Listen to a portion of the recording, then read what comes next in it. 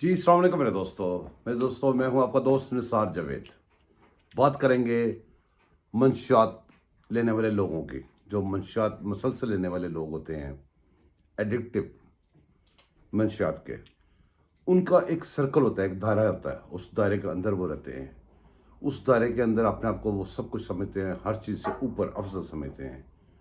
और उनका ख्याल क्या होता है, उनका यकीन क्या होता है कि जो हम बात कर रहे हैं, जो चाहेंगे वो लोग सुनेंगे, जो बात हम नहीं चाहेंगे वो नहीं सुनेंगे। पिछली बातें कही हुई, वो हमने जो चाहेंगे वो लोगों को याद रहेंगी, जो चाहेंगे वो भूल जाएंगे। ऐसे लोगों को जो इस्तेमाल करते हैं, जो उनको लॉन्च करते हैं, उनको पता होता है नशे पकड़ा जाएगा, इसलिए पकड़ने वालों को वो पहले ख़रीदते हैं, उनके लिए सहूलत कार बनाते हैं। अभी मैं आपको दिखाता हूँ, कुछ टोटे लेके आया हूँ। पहला टोटा देखें, फिर उसके बाद बात करते हैं। एक अमेरिका ने बाहर से मुल्क में नाम मतलब मेरा किसी और बाहर से मुल्क से बैरूनी साजिश के तहत रजीम चेंज की कॉन्स्पिरेसी की गई। अमेरिकी साजिश के तहत मुल्क के ऊपर बैठ गए। मुंतखब हुकूमत को ये गिराते हैं साजिश के तहत। अमेरिकी साजिश के तहत पाकिस्तान की मुंतखब की हुई हुकूमत को गिराया। Every rally, your narrative was that the US conspired with your political opponents to remove you from office. If you come back into power again, what kind of challenges do you see in repairing your relationship with Washington? The people of Pakistan, their interest is that we have good relationship with the US. Whatever happened now, I mean, as things unfold, it wasn't the US who told the Pakistan, it was unfortunately, from what now evidence has come out, it was General Bajwa who actually somehow managed to tell the Americans that I was anti-American. And so it wasn't imported from there, it was exported from here to there. जी तो मेरे दोस्तों, आपने देखा कि वो क्या कह रहा है और क्या आपको सुनाना चाहता है, और क्या चाहता है आप सुनो, और क्या चाहता है भूल जाओ। इसी तरीके से एक और क्लिप देखें, उसके अंदर वो यही सोच रहा है कि भी ये नहीं सोच रहा कि भी आप क्या सुन रहे हैं, आपके जहन की तरह है। वो कहता है जैसे मैं कंट्रोल कर रहा हूँ, वो अपनी तरह से आपके जहनों को कंट्रोल कर रहा है। वो चाहता है कि जो पिछली मैंने बातें कही हैं वो आप वो वाली याद रखें जो मैं चाहता हूँ, इसलिए इस वक्त जो मैं नहीं चाहता उनको ना याद रखें। एक और क्लिप सुने। 4 महंगे फ्लैट नवाज शरीफ ने खरीदे। मेरा 3.5 साल का रिकॉर्ड देखो, मैंने दादा और बाप की जमीन बेची। खान साहब 5 कैरेट हीरे की मुट्ठी, 458 कनाल। क्या बात कर रहे हैं आप खान साहब?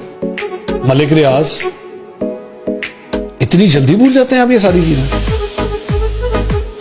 अच्छा जी, उसके बाद आगे चल के उन्होंने कहा कि जी तहरीक इंसाफ हुकूमत ने दहशतगर्दी पर काबू पा लिया था। सवात कबायली इलाकों में दहशतगर्दी क्यों हो रही है? सरहद पार से आने वाले दहशतगर्दों को रोकना वफाकी हुकूमत की जिम्मेदारी है। दहशतगर्दों को क्यों आने दिया जा रहा है? जब मेरी हुकूमत थी मैंने एक ड्रोन हमला नहीं होने दिया।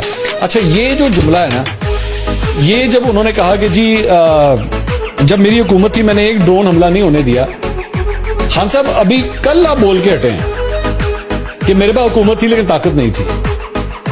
मेरे भाई, जब आपके पास ताकत नहीं थी, आपके ख्याल में आप ड्रोन हमला रोक सकते थे? आपका एक बयान दूसरे से नहीं मिलता। आप खुद अपने मुंह से कह रहे हैं कि आपके पास ताकत नहीं थी। और आप खुद मुझे बताइए, आजम सवाती यहां पे कहता है कि जी हर मामले के अंदर एस्टैब्लिशमेंट इन्वॉल्व है। आप मुझे इंसाफ से बताइए, क्या आप ये फैसला कर सकते थे कि इस मुल्क में ड्रोन हमला होना है या नहीं होना? सीरियसली? जी तो मेरे दोस्तों, अब फाइनली आप देखें उसके जो सहूलत कार खरीद के लॉन्च करने वालों ने, जिन्होंने इसको लॉन्च किया हुआ है, उसको मैं अक्सर जिक्र करता देता हूँ। आपको पता ही है कि बाहर बैठे हुए कौन कौन से लोगों ने इसको लॉन्च किया हुआ है। अब वो लोग जब देखते हैं, उनको ख़तरा होता है कि पकड़ा जाएगा, पकड़ने वालों को उन्होंने पहले सहूलत कार बना के ख़रीद के इसको दिए हुए हैं। अब उनके करतूत भी देखें, इंजॉय करें। मुझे इजाज़त दें, बाद में किसी और भी इलाकों में मिलेंगे। ये आखिरी क्लिप देख के जाइएगा। बगावत या इनकलाब, सुप्रीम कोर्ट में तकसीम गहरी और नुमायां हो गई है। इस पर बहुत से लोग परेशान हैं और अफसोस का इजहार कर रहे हैं कि देखिए हमारे मुल्क की आला तरीन अदालत का क्या हाल है। ताहम मेरी नजर में इस तकसीम में सुप्रीम कोर्ट के लिए, इंसाफ के निजाम के लिए और पाकिस्तान के लिए बहुत बेहतरी होगी। दूसरों को छोड़ें, अब सुप्रीम कोर्ट के जजों ने ही चीफ जस्टिस के सुमोटो एक्शन लेने के इख्तियार पर सवाल उठा दिए हैं। गुज़िश्ता दिनों यह भी हुआ कि चीफ जस्टिस के बेंच बनाने के इख्तियार और मंतक पर भी सुप्रीम कोर्ट के जजों ने ही एतराज उठा दिया। एक रोज कबल तो सुप्रीम कोर्ट के 2 जज हजरात ने इस बात पर भी सवाल किया कि किस असूल की बुनियाद पर सुप्रीम कोर्ट के जजों के सामने केस लगाए जाते हैं, और यह भी कि मौजूदा निजाम शफाफ नहीं, जिसमें किसी केस को समाअत के लिए मुंतखब कर लिया जाता है और किसी को बरसों गुजरने के बावजूद सुना ही नहीं जाता। रजिस्ट्रार सुप्रीम कोर्ट का कहना था कि वो चीफ जस्टिस के स्टाफ अफसर की तरफ से मौसूल होने वाली चिट पर दी गई हिदायत पर मुकदमात मुख्तलिफ बेंचों के सामने लगाते हैं।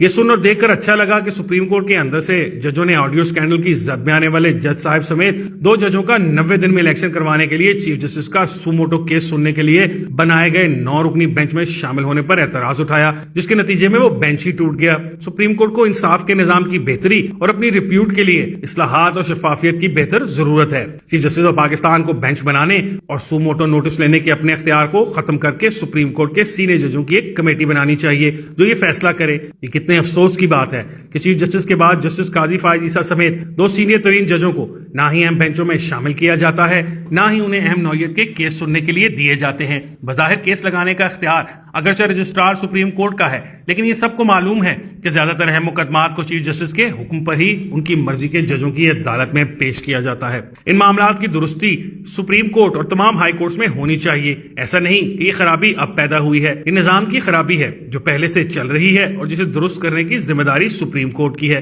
किसी ने हमेशा के लिए किसी ओहदे पर बैठे नहीं रहना। चीफ जस्टिस भी आते हैं और रिटायर हो जाते हैं।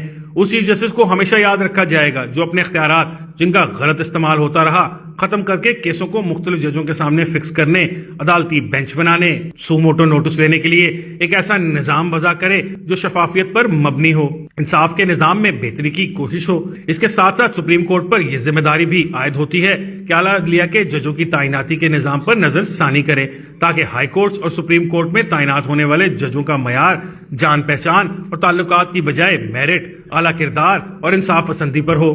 क्या ये हैरानी की बात नहीं कि एक चपरासी की तैनाती के लिए अखबारों में इश्तहार जारी होता है, मुकाबले के लिए एक पॉलिसी अपनाई जाती है, लेकिन हाई कोर्टों के जज जो बाद में सुप्रीम कोर्ट में जाने के अहल बन जाते हैं उनकी तैनाती के लिए ना कोई इश्तहार, ना कोई मुकाबला, ना कोई टेस्ट और ना कोई इंटरव्यू। इन तैनातियों की बुनियाद